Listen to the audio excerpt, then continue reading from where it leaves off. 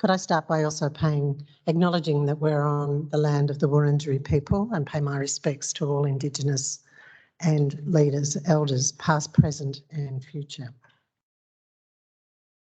Our objective today is to share with you information about the Invisible Woman Project and our goals to raise awareness about the vulnerability of women in all their diversity as they age, and to explore some of the understandings about that with calls to action for what we can all do to address this, what I will deliberately call man-made problem of the inequality and the vulnerability for women as they age. I'm just going to first share a little bit with you, and then we will go to a panel discussion with our experts on the stage here, representing the nuances of diversity and the issues that impact on women and lead to their vulnerability as they age. So just a few little points to have in mind. I should also say that I'm Jo Cavanagh. I'm the convener of the Invisible Woman Project, and our profiles are on the app, so I'm actually not going to waste our precious time sharing too much of that with you. I'm sure you can go look and find out a little more. So we actually have a burning platform for change, and the Invisible Woman Project grew out of research that was emerging earlier about the increase in homelessness amongst older women. So when we actually began the project, we were alarmed, like many, to find that older women were now the largest group of homeless in Australia. And that in 2016, we actually knew that there were 49,000 women in Australia facing homelessness every night. We were involved in some research to understand what was actually happening for those women, what was propelling women into homelessness. And from the research that we did, we kind of came up with these 5 Ds that happen in women's lives: domestic and family violence, divorce, disease and disability, dearth of dollars from both income and superannuation, and for some, the death of a partner. Problem onset for women could be created over their lifetime with unequal income, or it can be created as shock events happening in their lives for which they're ill prepared. We also learnt that the strongest protective factors start with a strong social network outside of family relationships, but also family relationships, a network of caring friends and community who step up and in to look after each other. The role of networks can mean a big difference when people have these shocks in their lives. So if I could just ask for a show of hands in the room of who knows women over 55 in this room? Pretty much everybody. Who has loved ones and relatives who are over 55? Well, there we go. This is everyone's problem. It doesn't belong to older women. It's everyone's problem. So the problem starts with gender inequality. The differences in pay, employment status, and progression actually widen as women age in our society. The Australian Government Workplace Gender Equality Agency has not traditionally included questions about ageism and gender in their annual surveys, but they are now adding it in. So to just review quickly where we've got to in the last 3 years of the Invisible Women's Project, which is a group of interested people who've come together with a passion to raise awareness and then encourage action. We started back in 2019-21 with our research. We've then moved on and were successful in a funding partnership with the City of Melbourne. Then our clever teams at Just Gold, who are also responsible for putting these slides together for me, have really made this a social project with the website launch and socials. The reference group, which I chair, is established. And then if we move on, we've been able to go interstate with the City of Adelaide coming on board with a local project there to raise awareness and help to bring women together to share their stories and the voices of women of all diversity, Part of our objective here is to not have the usual suspect up on the stage talking about this, but to actually dig deep into community and hear the voices of women who are less well known. Through the social websites that have been developed, you can see there the reach that we now have of increasing people's interest and engagement with the project.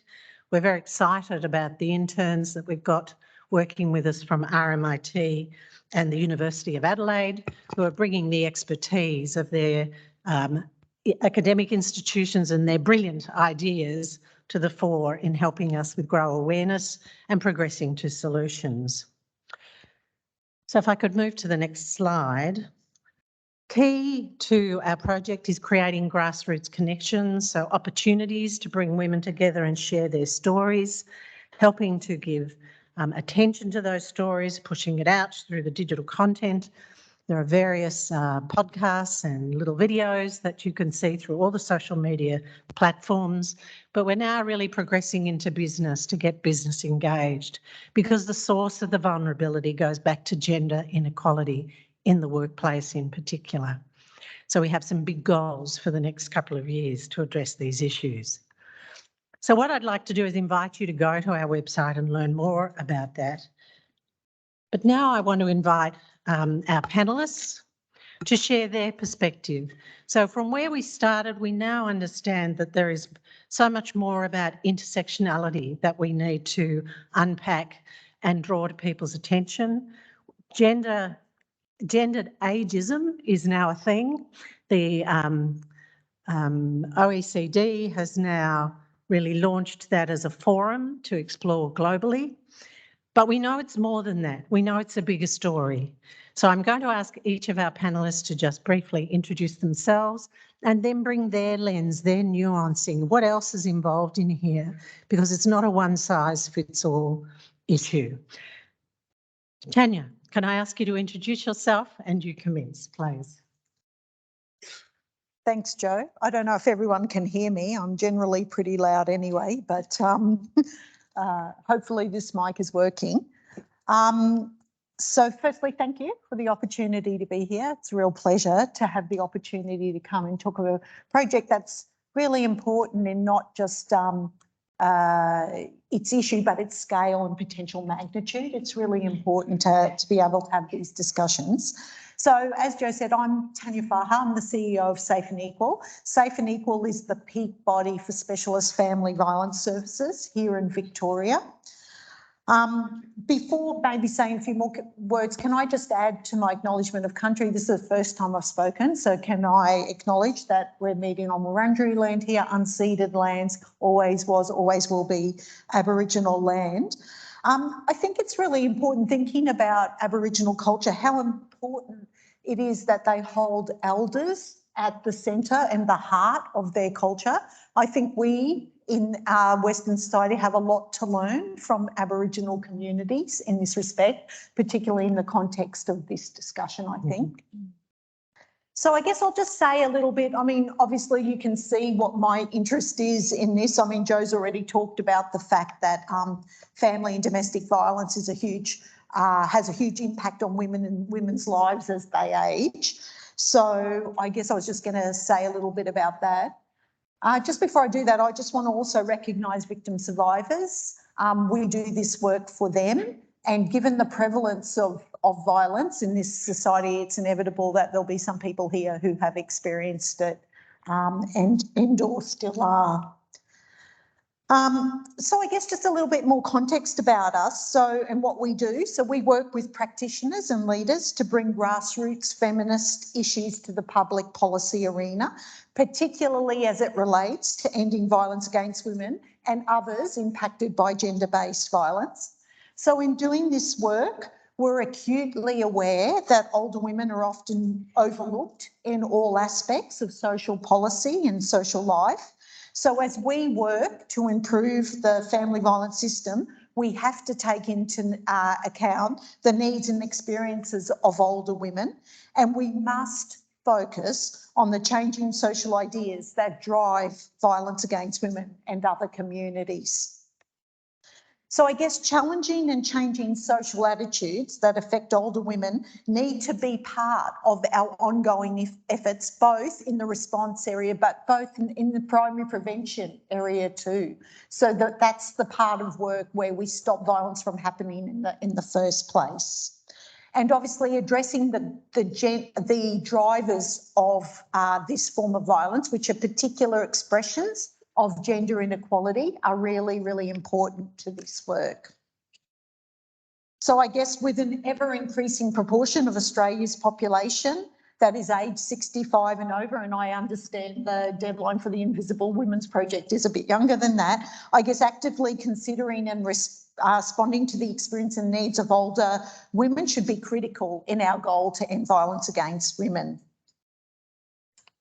So I just want to say something too at what's happening at the federal level. Many of you who are Victorians would be more familiar with the outcomes of the Royal Commission into family violence and all the work that's been happening to address that. Obviously, the needs of different cohorts was drawn out in that Royal Commission report, and older people was a consideration there. But also the newly launched National Plan to End Violence Against Women and Their Children highlights that for older women, gender-based violence includes forms of elder abuse, ongoing intimate partner violence, economic abuse and control perpetrated by adult children and other family members. So many older women experience the compounding negative effects of taking on multiple unpaid caring roles, which can affect their employment and economic security, reduce superannuation balances, and mean they have limited control over finances and decision making. I just wanted to highlight a study, many of you probably heard or saw this, that Anne Summers earlier this year released a research report that looked at the data from the Personal Safety Survey. If you work in the sector, this data wasn't necessarily surprising, but what Anne managed to do was analyse this data in a specific way that was able to bring the concepts and the ideas simply to the broader community. Because basically what she found is that single mothers faced dire economic consequences and were the largest proportion of single people, so basically single women, of the greatest proportion of single mothers in this country were facing or had faced family and domestic violence. So if you think about what that means, the resulting economic consequences for leaving relationships, which we know are potentially homelessness, financial insecurity, lack of superannuation, continue to plague women from those days onwards to when they age. And then, so basically what it is, we have a tragic and unacceptable reality for women of the choice between violence and poverty. That's essentially what that study found.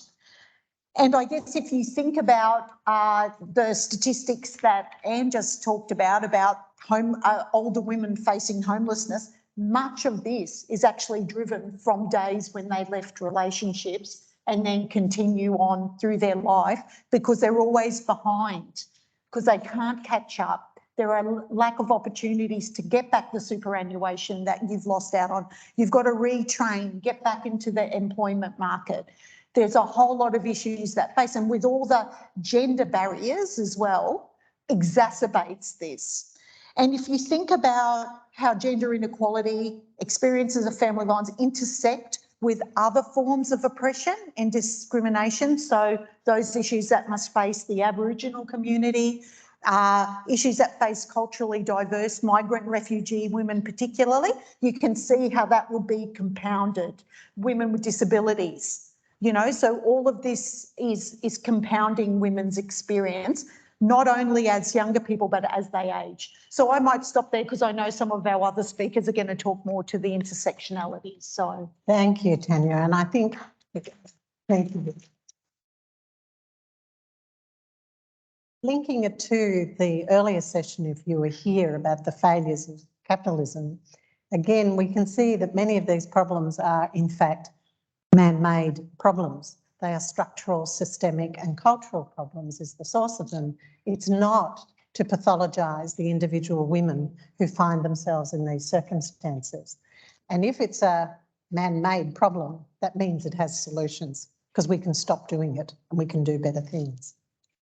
Yung has kindly joined our session, having had one of our speakers have to withdraw. So she's going to introduce herself and share from her work that she's doing on racism.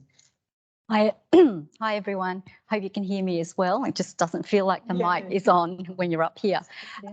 Thank you for the opportunity. Thank you, Kind Enterprises, to ask me to be here today.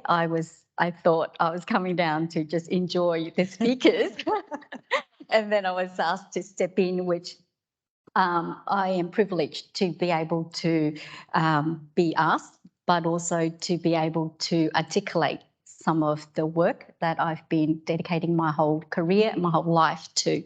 So my name's Dung Tran, so Vietnamese heritage. I think the Dung and the Tran gives it away a little bit.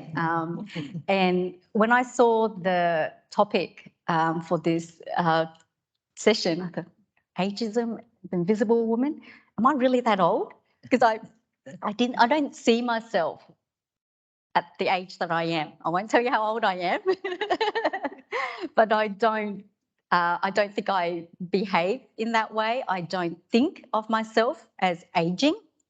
I see myself as a young spirit. And that's because, and I'll share with you my history, my heritage, because I think it's really important for me, and I think for many others, in how it shapes us, but what drives us and what we decide to do and pursue as our purpose. And I think a purpose is really important for many of us. It's not so much if you don't subscribe to the purpose construct or concept, it's also your why, right? Think of it's your why. Why do you do the things you do in the world? Get up in the morning and just battle. I put on my armour every morning and I go out and battle. And that's how I teach my children as well, because we need to create a more socially and racially equal society and a planet.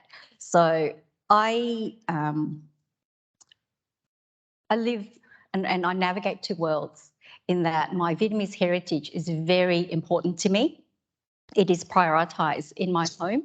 I live within an extended family. So my 100-year-old grandmother is still living, and I take care of her on the weekend. During the week, she's with my parents.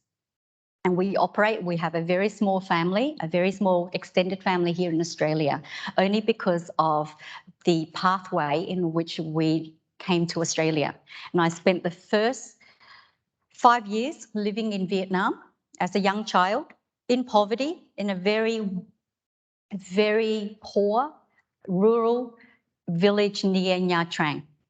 So 10 hours from Ho Chi Minh City or Saigon. And it was the most, and I have memories back to when I was 3 years old, but it was the most happiest memories, because as I was sharing with someone at lunchtime, I remember my grandmother putting me on her back and going out to the river and collecting shells or catching fish in her basket, her handmade baskets.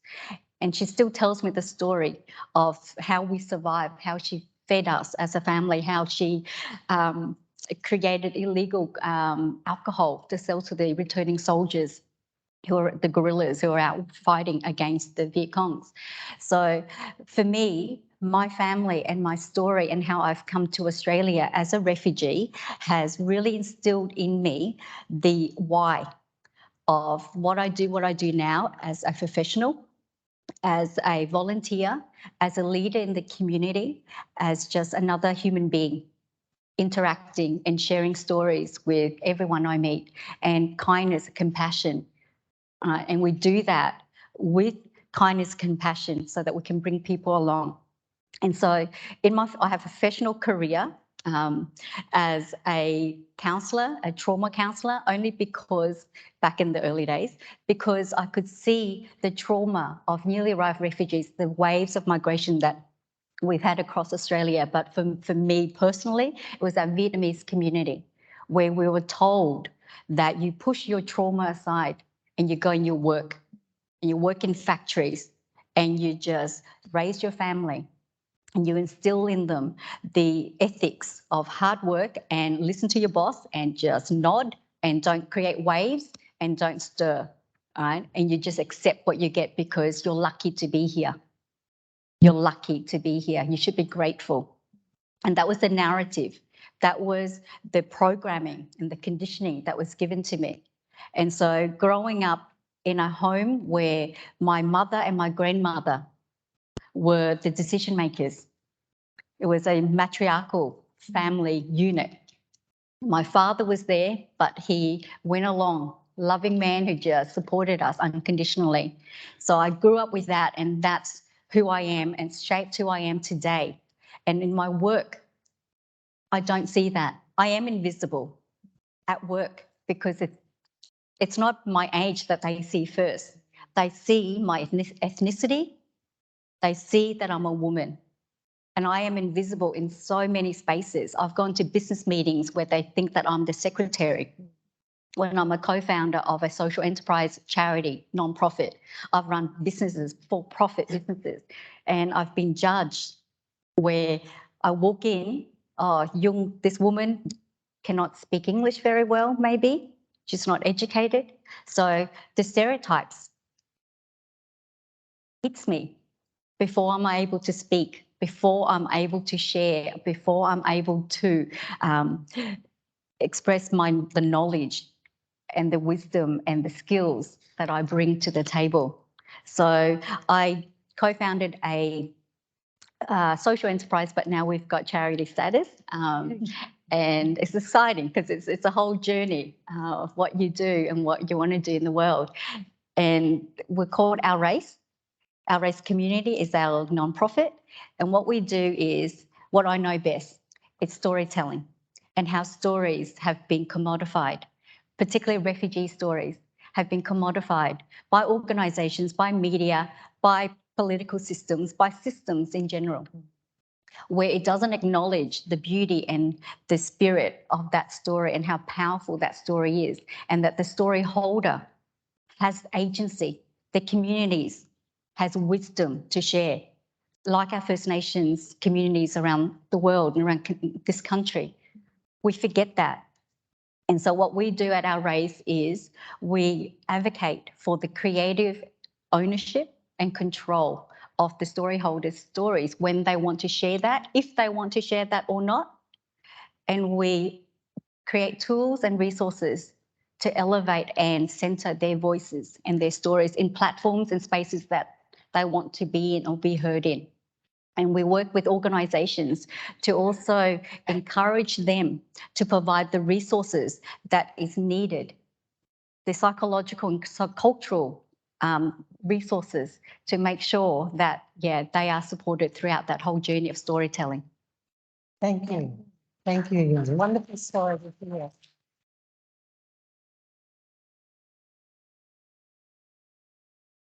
Calling out beautifully for us that in some cultures, ageing and elders are actually valued. So very important lessons for Western society to learn. And also I think Yung has called out for us too, where the beginnings of vulnerability happen in the workplace, when women are seen first of all by their visual presentation and not for who they are, and not the opportunity to be valued and automatically judged or pigeonholed or stereotyped in some way. Thank you. Maria, can I ask you to join the conversation and share with us from a cultural lens too, to build on what we've already heard? Yeah, and I think, so much of what you were saying really resonates because am I supposed to introduce myself? Just say, I think people know who you are, but anyway. They should by now, especially given Hulla's gone around telling them, yeah, Hulla's really regretting that now. I think that, a couple of things that I just quickly want to say, because I do want to make sure it's conversational, but I think feminist scholarship has actually improved the visibility, and I talk about the politics of visibility and the politics of vulnerability, because I don't think vulnerability or invisibility is inherent. it's created, as I think we've been saying. And it's very much about power and power disparities in our society. And as the previous panel was saying, intersectionality as an analytical tool to assess that power is really important. And the question then it becomes about power sharing. But in terms of how I translate some of the, just very quickly, some of what Ewan was saying before, I think about growing up in Australia as a migrant to this country, coming to a country without any English, and reflecting back on some very strong memories of my mother trying to sort of defend us, really. That's one particular scenario where my brother and I were accused of bringing a disease, I think it was head lice, into the school, even though we didn't have it. And she speaks 6 languages, but was derided. And I think, you know, it still makes me feel quite emotional, derided on the basis that her English wasn't very good. And I think about as a child of probably 8 years old, feeling embarrassed by her and that she couldn't speak English, that my brother and I had sort of acculturated and acquired, you know, English fluency. But many, many years later, thinking as she aged, as a woman working in a factory all her life, and thinking she had no agency and falling into that trap of victimhood, because that's how she was characterised as a woman, all with, I mean, deficits were really the only description that were provided to her. And watching her age until we went back to Greece. I've been back many times, but it was the first time she'd gone back. She would have been in her early 70s. And it was then that I realised her power, because in the village, she had wisdom. In the village, she was someone who was valued. And I thought, my goodness, structurally, what has that done to your sense of self? And I think that even now, despite the feminist scholarship that has contributed to, as you said, a gendered analysis of ageism, I don't see intersectionality applied even in that, whether it's gerontological or it's feminist analyses. The role that culture, ethnicity and migration plays in our understanding of ageing is still very absent. And I think that that is the politics and the visibility. It contributes to experiences like Ewan's, like my mother's and so on. So collectively, I do think that until we think about those processes of power disparity, whether it's ageism, whether it's sexism, whether it's racism, they're all connected and compounding. And they impact profoundly on our mothers' lives, on our lives as we age. But I want to hang on to the image of Mum in Greece, where she held power. Yeah. Thank you. That's a lovely image. Thank you, Maria. So we're going to sort of have a bit more of a conversation now, continuing and building on this conversation. And I know that it has been suggested that people can put questions in the app. I will do my best as an ageing person to go to the app and find the questions at the appropriate point in time. But, you know, one of the things that happens as you age is your hard drive gets very full. Yeah. We know shit. Yeah. And we have to delete some of it in order to pick up some new stuff. Yeah. So you have to prove to me that your new stuff is more important than what I already know before I'm going to delete my files, okay? Yeah. I will have a go. Like it. So let's continue with this idea about ageing and ageism. So apparently, according to the OECD, the whole idea of, or the concept of ageing or ageism comes from somebody back in 1969, I can't remember his name, but he was actually calling out the fact that we despised ageing. So hence, ageism is coming out of such a negative attitude towards ageing. And in our youthful culture and the fact that we glorify everything young, new, bright, shiny, we miss out on some of the things that other cultures, and our First Nations culture too, have known for a long time. So can I ask us to build on this too, and perhaps You might share a little bit, Tania, too, from your own lived experience. When you think about ageing around you in your family, your culture, is this a negative stereotype, or how do people actually talk about it? I don't know. I guess like Maria and Jung, I grew up in a culturally diverse community too. My parents were Lebanese migrants to this country. And I guess lots of what I've heard resonates with me. I think, you know, one of the interesting things is regardless of what your own culture or your own community thinks about age or ageism, when you are acculturated, that's a very good word actually, Marie, when you are integrated or acculturated, you take on those those characteristics of the society that you live in. So I guess just thinking and listening to what Maria and Jung said, that yes, I think in certain communities there is respect for older people, but when you migrate to countries like this where shiny new things, that's what you remember, you know, and that's what you take on, you know, and I guess I was just trying to think through some of those things, and it's hard, I think, for migrant refugee people to come here because they see that their children change. They see that their families are changing because they're trying to fit in. And we did that too, you know. And I wish I knew then what I know now, because I would have been much more comfortable to be who I was then. But you're so busy just trying to fit in and not be different, you know, and it's scary. And I grew up in a small country town too, so you can imagine there weren't too many Lebanese people around. So even more the drive for that. So I don't really know how to answer the... Well, but in there is an insight about the value of ageing, because you know things now that you didn't then. And I think that's one of the things that we want to change in our society. When we're looking to understand issues, who do we ask? And where are the voices of women in that generally, and then the voices of women who have lived experience through different ages to contribute to that? Jung, would you like to add?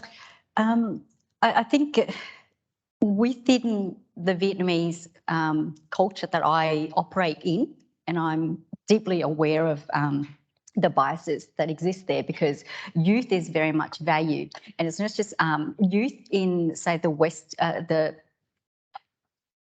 the Vietnamese, through the Vietnamese lens, youth is tied to colorism. Because I'm often, my mother would say to me, because I'm fairer, right? I'm prettier than my sister, my younger sister. And so when I had my daughter, who's 21, she's darker because she takes after my father. Oh, you need to lighten her skin. But even before that, before I gave birth to her, it was, you need to drink coconut juice, fresh coconut juice, every day, because that somehow will change her skin tone, and when she is birthed, that she is white. And so youth is very connected, right, to, for us, the whiteness. So we're living, right, in this whole society, in this world that is based on whiteness and the power that goes with that and the privileges that goes with that. So it has threaded itself into, yes, the culture, a migrant culture, not so much. If we were back in Vietnam, in a village, in a rural village, I don't think it would be as heightened. But because we're here and we're exposed to information, we're much more connected to our communities because we are smaller, and you tend to gravitate towards your own people, right? You get information from there, and then you're exposed to the Hollywood movie, the marketing of what beauty looks like, and then that then connects to youth. So for me, I get the privilege of going home and seeing my 100-year-old grandmother, and not only sharing stories, but looking at her as an elder within our family, and like Maria, when she goes to Vietnam, when she was younger and she was allowed to travel and go back to Vietnam, she commands an audience. That's how respected she is. The knowledge and the wisdom she has is phenomenal. And when she's here, she's locked up. When I say locked up, we don't lock her up. Okay. When That's good. Socially, right? Got the She's confined to her home because the individual society in which we live in, we don't associate with our communities. We are not out there within our communities. Our identities doesn't extend right to our communities. It's an individualistic society. So you shut your doors at 6 o'clock. You have dinner at home and you watch TV and you go to bed and that's it. You don't talk to your neighbour. You don't hear about them. You don't interact with them. That's not where we've come from. And so that's the two worlds that I think we definitely try to navigate. And it's again, looking at where does that the youth or the idea of what young looks like and how do we aspire to that? I am challenged by it every day, but then I have hope because what I learn and what I see and what I experience, I am conscious. And I think we all need to be conscious of this, or else we'll be walking blindly into just continuously perpetuating this global narrative of what society, marketing companies, like large brands tell us. And so we need to question that, but we need to say, no, we can't do this anymore. Like Sabrina said, we need to imagine a different way of doing business, but also different ways of talking to ourselves and talking to the next generation, the girls and the young women coming up. And I'm responsible for that with my children and other young women around me. I can just build on that and the whole idea of creating connections, and we do have some questions in the apps about creating connections. But let me share with you first of all that the part of the research that's been shared as part of the global campaign to combat ageism is that its detrimental impact on health ranges from reduced healthcare access to loneliness. So loneliness has, the US Surgeon General has recently compared to the negative health impact of smoking 15 cigarettes a day. So loneliness has the same negative health impact as smoking 15 cigarettes a day. Like poverty, ageism is a non-medical factor shaping one's health, and so is now considered a social determinant of health. So our attitudes towards ageing, combined with loneliness and lack of opportunity for community, is now a social determinant of poor health as we age. So Maria, in picking up, what's some of the opportunities you've seen in different cultures that have perhaps over time built, because the Greek community is a very strong community. Are there places and spaces where older people come together? Are there examples there that can show us how we should be doing that here and now? Jo, let me just unpack that a little bit because, and this is a conversation that I hope all of us can sort of engage around, but it's the way that we use these categories as well. So I talk about obviously concepts being embedded or grounded in cultural lenses. For me, one of the issues, and this is reflected whether it's flawed data collection or it's even around how we do research, is that until we problematise this idea of what is culture, we're going to keep using it, I think, in a way that doesn't necessarily yield the sort of results that we want. And that is that I think culture is all too often used synonymously with ethnicity, and they're not the same thing. Yeah. And so, I was thinking too about the previous discussion on diverting just a bit around family and domestic violence. For me, family and domestic violence is an expression of culture. But the minute that you attach it to ethnicity, it becomes a problem because it's not about some ethnic groups are more violent than others, but is it an expression of cultural ideas and the way that we value people? Absolutely. I mean, I would argue right now I'm doing some work for the AFL on their multicultural policy. Let me tell you, the AFL has some culture problems going on there. So I think when you ask about the cultural sort of aspects, culture is also impacted by migration.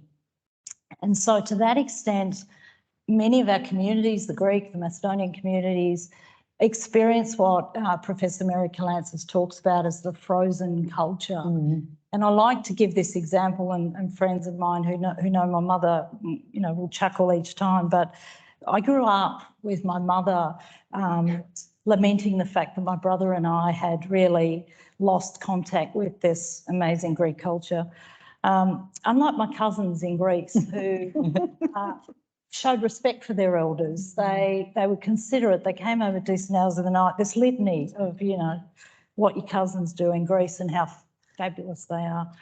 Until, of course, I travelled back to Greece at the earliest stage that I could, 18 or 19, in search of these cousins that I've now come to detest, absolutely detest, because that was the measure, right, of success. And so, of course, you all know what happened. My one cousin, oh, your cousin Nikos, he's in prison right now. Your other cousin, oh, yeah, well, she eloped with somebody, we're not really sure who. I wrote down every single detail, came back and said to Mum, guess what, Mum, they're as lousy as we are over there. And she said, oh, my God, they're not Greek. That's what it is. They're actually not Greek.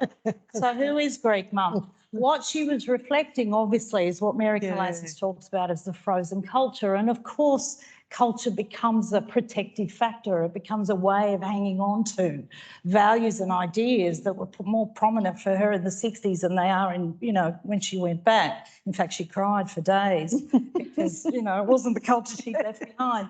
And so that's the thing, I think, the impact of migration and that process that Tan was talking about before, and how it shifts and changes the way in which those communities give value to these things.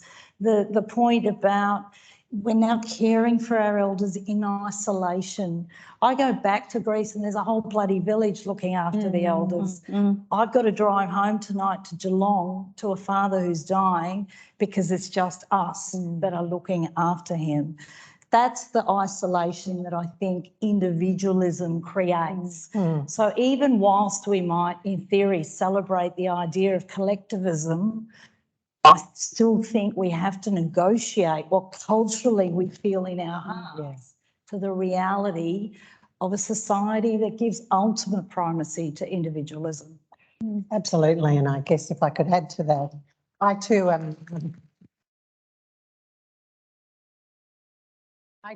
am of a migrant family, first generation Australian, of English parents who demobbed here after the Second World War. So we grew up with war-torn Europe as very much part of boil the chicken and, you know, don't waste anything and all the rest of it. But I grew up in a very socially isolated family because they brought their white tradition with them from England, which is don't tell anybody if there's any problems, and you never ask for help, and privacy is absolutely critical, stiff upper lip and all of that sort of stuff. So you can see how as part of the colonisation story and then the reinforcement in the first waves of migrants after the Second World War reinforced that Western attitude of individualism and, you know, not belonging to the wider community. Or if you did, it was through the rugby club where everybody seemed to hit each other. Anyway. Yes. I'm going to ask my magic question as in wrapping up our session today, and thank you all for sharing so generously with us. But I have this superpower and I'm going to share it with you. So Maria, I give you my superpower. If you can change one thing in the world, what's it going to be? Make Hala stop calling me old. Oh, no. Wait, is Hala still here? Where are you, Hala? There you are. See? Look, if there was one thing that I could absolutely change, it would be, could we stop universalising people's experiences? I think because that process of universalisation essentially, I think, means that our humanity is lost in that process too. And the panel before, you know, I was thinking about the ethics of love and Bell Hooks's concept of the ethics of love as a foundational principle. I think if we could reclaim that ethics of love in the way that we engage around our differences, would not be a bad thing. Thank you. Tania, you now have the superpower. Yeah, I What's the don't one know. thing you're going It's hard to change? follow something so profound, but Well, you just might want everybody to have enough money to live on. yeah. Look, I don't know what the one thing is. I mean, I work in an area that requires a system to change it, you know, so always thinking about what's the one thing that's going to change. It's really hard to think about that. But I guess in thinking about what drives the reason why we need to do this work and about those rigid social norms, stereotypes, I would hope one day we can break that down so people have the opportunity to express themselves how they want to express themselves, obviously not hurting other people. But if that wasn't, that would go a long way, I think, to some of the discrimination and the oppressions that we experience that drives the reason why I have to do the work that I do. So if I could change something, I'd like to see those kind of negative, you know, social norm stereotypes break down and individual expressions, not so much which contributes to this idea of non-universalising, because it is about people being able to express themselves safely and to be accepted. Valuing diversity and inclusion. Yung, you've got it now, you've got the superpower. What's your one thing you're going to change? World peace. She likes walks on the beaches. No, I hate the ocean. It's nearly killed me coming here. Point taken. So many things, and I struggled like enormously with this question. But if I have to pick, it's really investing more resources in empowering girls and young women to not believe, that the identity that's given to them from birth. So empower them to own their own identity, to go out there and find greatness for themselves. Thank you. Well, that segues nicely. Yes, thank you.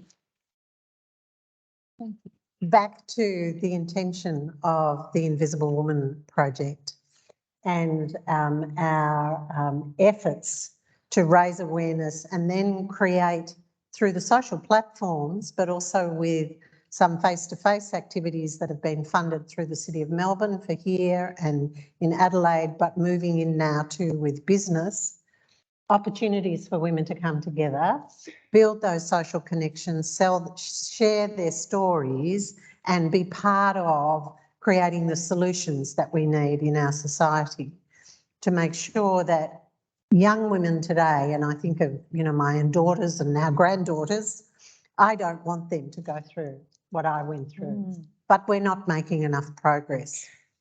If you listen to Julia Gillard's wonderful podcast, A Podcast of One's Own, she was interviewing recently and shared that the United Nations has said that at the current rate of change to build equality for women, it will take 130 years. And because of the pushback that's happening, it's now probably going to take longer, unless the power of democracy and people and grassroots and sharing comes to the fore to change that. And we do know it is people that actually bring about change, not governments. It's people who want to change the conversation who then change the government, as we've seen so beautifully happen recently in terms of an exercise in democracy where people come together and organise to start a different conversation and provide different opportunities. Could I ask you to please go to the Invisible Woman website? I think the information is in the conference pamphlet. Sign up, join up for our newsletters, help us to amplify those voices. In 2023, we're looking to start conversations in the workplace and encourage women to be telling business what needs to change. We also had some wonderful kick-off to that with Anne Sherry recently sharing at the Institute of Company Directors, Directors Update, a real both barrels to business about talking about the workforce shortage and forgetting to look at who's already here in Australia and are excluded. Older people, older women, people with different kinds of disabilities who also have abilities, people of diversity of all sorts, to break down those barriers and give everyone an equal opportunity to participate. So please join with the Invisible Woman Project. Can I ask you to go home and talk to older people in your families, in your circles, find out what their experience is. Be curious about their lived experience. What stories have they got to tell you? I think my grandmother would have told a very different story to your 100-year-old grandmother about, you know, the exclusion. She never lived in a society where she was valued. So go home and find out those stories before you lose them, because one of the things that we all share is we are actually all ageing and all of us won't be here eventually. So best you collect those stories while you can. So could you join with me in thanking our panellists for sharing?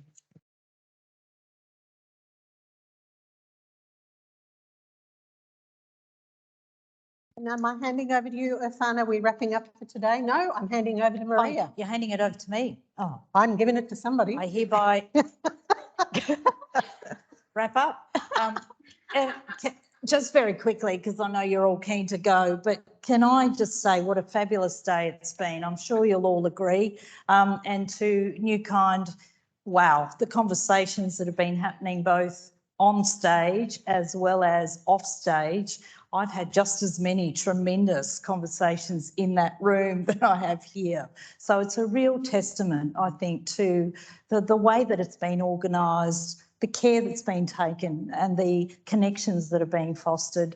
Tomorrow is another fabulous day, so please do come. Look, I was just reminded the question that you put about if you had the, you know, the superpower, and I'm a big fan of Arundhati Roy, and I love that quote, and I'm paraphrasing terribly here, but she says, another world is possible, and on a quiet day, I hear her breathing. And that's how it's felt today. And the breathing is getting louder and louder. I just love these events. Thank you, Edifan. Thank you, Sophie. Thank you to the entire organising group. It's been an absolute honour to feel part of this process. Thank you. Thank you, everybody.